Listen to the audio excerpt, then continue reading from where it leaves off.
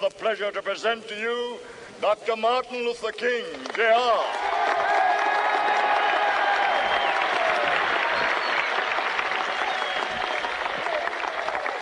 I am happy to join with you today in what will go down in history as the greatest demonstration for freedom in the history of our nation.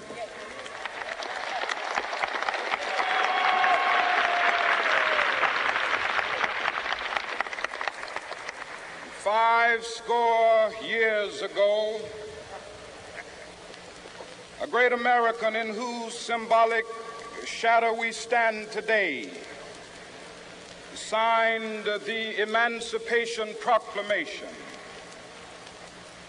This momentous decree came as a great beacon light of hope to millions of Negro slaves who had been seared in the flames of withering injustice. It came as a joyous daybreak to end the long night of their captivity. But 100 years later, the Negro still is not free. 100 years later, the life of the Negro is still sadly crippled by the manacles of segregation and the chains of discrimination. 100 years later, the Negro lives on a lonely island of poverty in the midst of a vast ocean of material prosperity. 100 years later, the Negro is still languished in the corners of American society and finds himself in exile in his own land. And so we've come here today to dramatize a shameful condition. In a sense, we've come to our nation's capital to cash a check.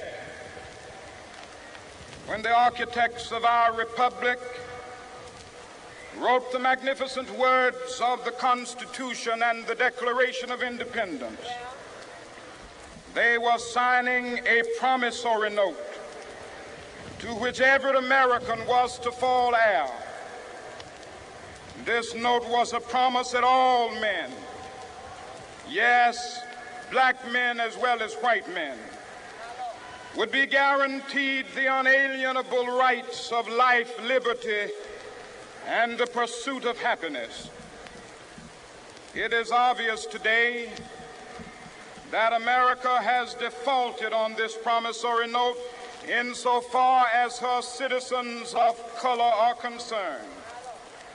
Instead of honoring this sacred obligation, America has given the Negro people a bad check, a check which has come back marked insufficient funds.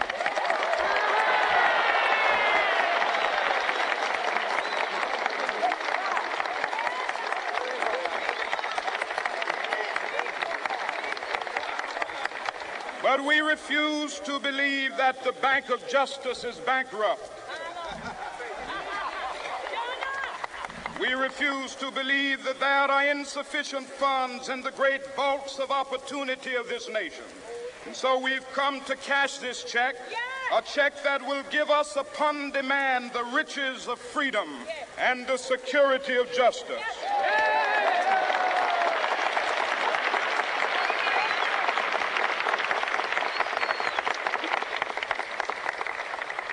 We have also come to this hallowed spot to remind America of the fierce urgency of now. This is no time to engage in the luxury of cooling off or to take the tranquilizing drug of gradualism.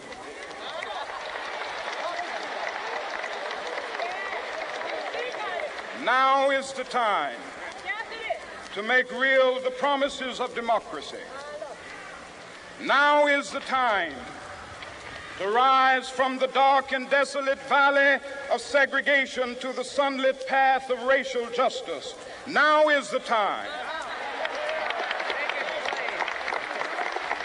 to lift our nation from the quicksands of racial injustice to the solid rock of brotherhood. Now is the time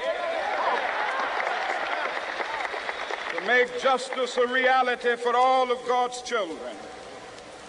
It would be fatal for the nation to overlook the urgency of the moment. This sweltering summit of the Negro's legitimate discontent will not pass until that is an invigorating autumn of freedom and equality.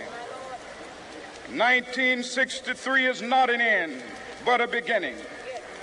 Those who hoped that the Negro needed to blow off steam and will now be content will have a rude awakening if the nation returns to business as usual.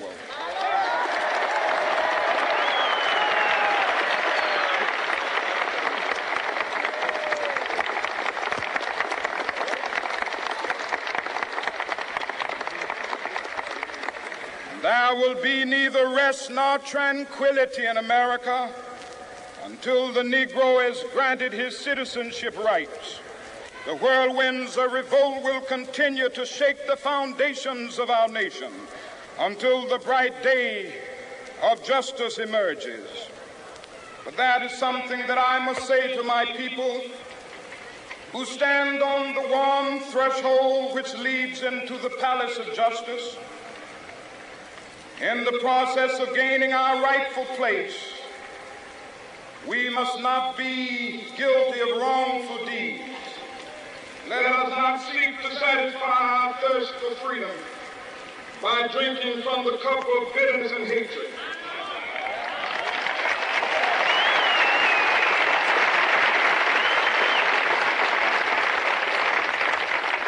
We must fail to conduct our struggle on the high plane of dignity and discipline.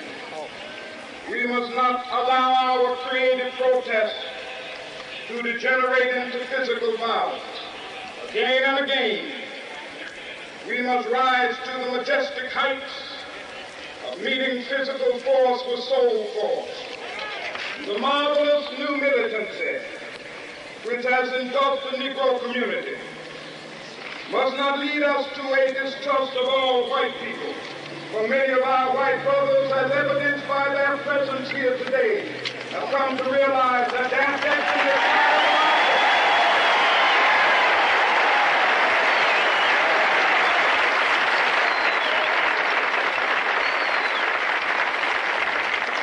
They have come to realize that their freedom is inextricably bound to our freedom.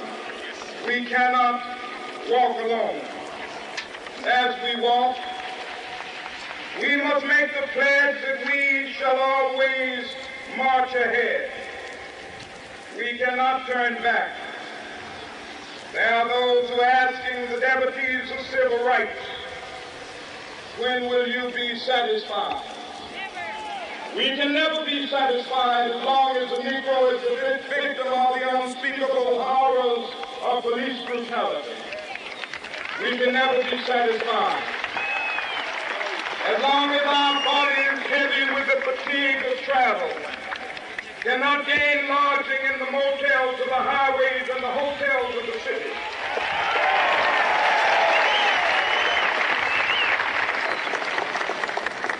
We cannot be satisfied as long as a Negro in Mississippi cannot vote and a Negro in New York believes he has nothing for which to vote.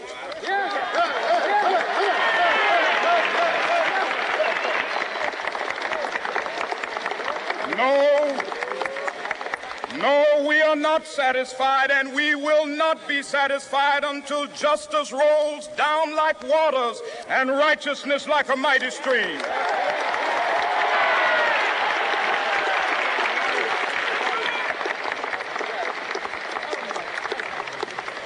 I am not unmindful that some of you have come here out of great trials and tribulations. Some of you have come fresh from narrow jail cells. Some of you have come from areas where your quest for freedom left you battered by the storms of persecution and staggered by the winds of police brutality. You have been the veterans of creative suffering. Continue to work with the faith that unearned suffering is redemptive. Go back to Mississippi. Go back to Alabama. Go back to South Carolina. Go back to Georgia. Go back to Louisiana. Go back to the slums and ghettos of our northern cities, knowing that somehow this situation can and will be changed. Let us not wallow in the valley of despair. I say to you today, my friends,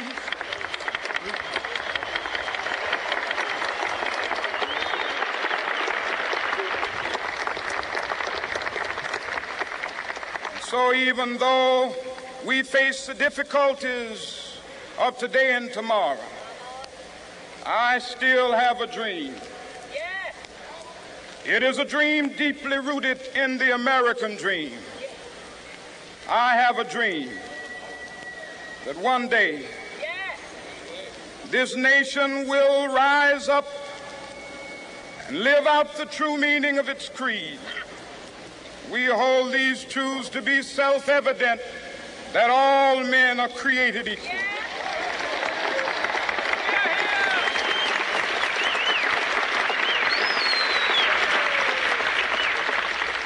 I have a dream that one day on the red hills of Georgia, the sons of former slaves and the sons of former slave owners will be able to sit down together at the table of brotherhood. I have a dream that one day even the state of Mississippi, a state sweltering with the heat of injustice, sweltering with the heat of oppression, will be transformed into an oasis of freedom and justice. I have a dream that my 4 little children will one day live in a nation where they will not be judged by the color of their skin, but by the content of their character. I have a dream today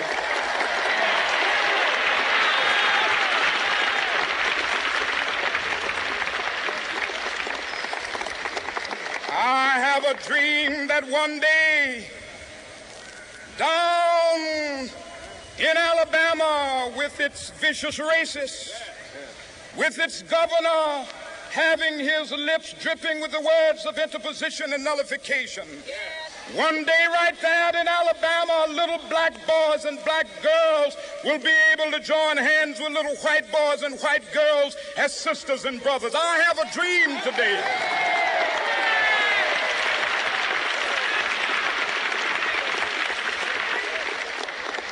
I have a dream that one day every valley shall be exalted, and every hill and mountain shall be made low. The rough places will be made plain, and the crooked places will be made straight. And the glory of the Lord shall be revealed, and all flesh shall see it together. This is our hope. This is a faith that I go back to the South with. With this faith, we will be able to hew out of the mountain of despair a stone of hope.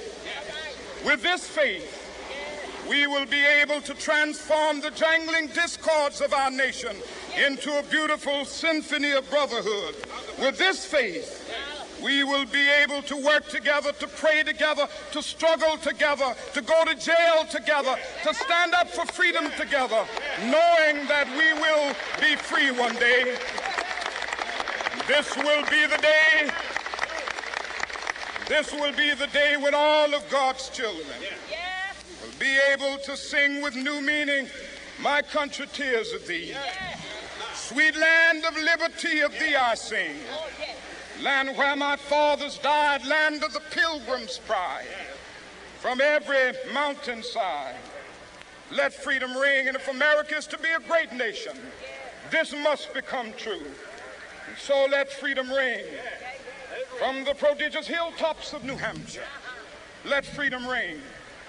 From the mighty mountains of New York, let freedom ring. From the heightening Alleghenies of Pennsylvania, let freedom ring. From the snow-capped Rockies of Colorado, let freedom ring. From the curvaceous slopes of California.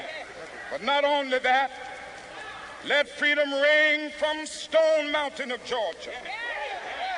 Let freedom ring from Lookout Mountain of Tennessee. Let freedom ring from every hill and molehill of Mississippi, from every mountainside. Let freedom ring, and when this happens, when we allow freedom ring, when we let it ring from every village and every hamlet, from every state and every city, we will be able to speed up that day when all of God's children, black men and white men, Jews and Gentiles, Protestants and Catholics, will be able to join hands and sing in the words of the old Negro spiritual, free at last, free at last. Thank God Almighty, we are free at last.